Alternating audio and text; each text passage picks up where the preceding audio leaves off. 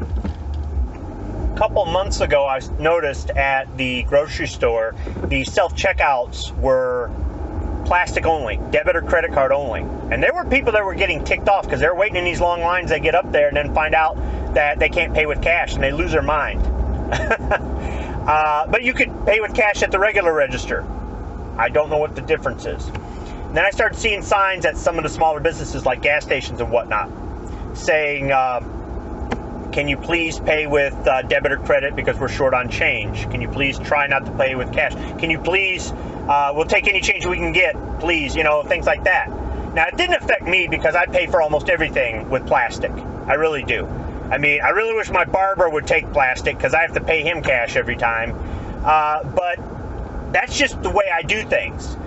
There were people out there that were passing around conspiracy theories that the copper and nickel and zinc mines were getting shut down and that was creating a shortage of raw material to make coin. That wasn't true.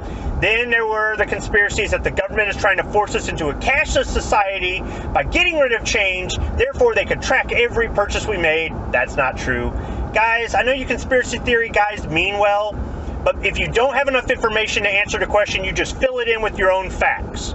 You're jamming a square peg in a round hole, just like the fake news does. You're not doing any good. You actually help create some of the panic buy situations. So what happens when they say that there's a national coin shortage and they're not being transparent with the public as to why? People hoard their change because they're scared. They won't be able to get it. So that doesn't help introduce more change into the system.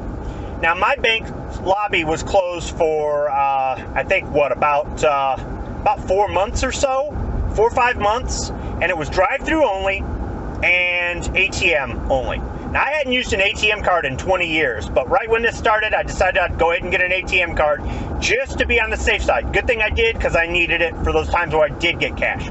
I only went to the drive-through, I think, 3 or 4 times in all those months because pulling up to the drive-through with my truck, it's really hard to get out and get to that little canister in the vacuum tube.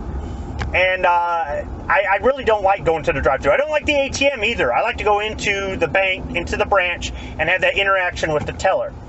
But on one of my trips, I asked them to put 50 cents, 2 quarters in with the cash that I was asking for. And they put 2 quarters in there and it came through. But what they were telling me was that rolls of coins won't go through those vacuum tubes without plugging them up. So if a small business wanted to get change and they were going to try to use the drive-thru, it wasn't going to work. And if they're relying on their customers to bring change and their customers are afraid to spend their change because they're hoarding it, that's not going to work either.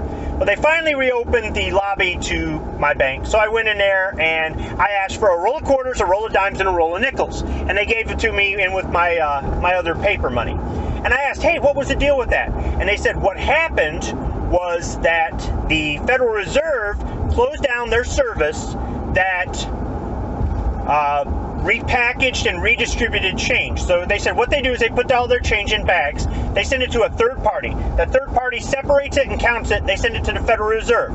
The Federal Reserve reprocesses it, repackages it, and redistributes it to financial institutions. And they said that service was shut down for a matter of weeks. And because of that, there's a backlog of work for them. And they're not redistributing the change. Eventually, that will get caught up like so many other things that are being affected by the supply chain in America. So if businesses aren't able to get change, customers want to pay with cash, people can't get change from the bank because the lobby's closed, whatever, it does make a little bit of a difficult situation if you don't have plastic or if you're a business owner and you don't deal with plastic. But the thing is, though, because our government wasn't transparent about why there was a national coin shortage, it created a panic. Because the conspiracy theorists were out there coming up with all these crazy ideas, it created a panic. And that's probably the case with some other things that there have been shortages of during this whole pandemic, national emergency BS. So guys, don't worry about your change. It's available. The reason there's change at my branch is because the lobby was closed for months. The change they have there right now in rolls, they had in February and March, and they just haven't been able to give it out to any of their customers because they literally couldn't, run it through the drive-thru. So I wouldn't worry about the government trying to make us a cashless society. I wouldn't worry about change not coming back. But I would offer this piece of advice.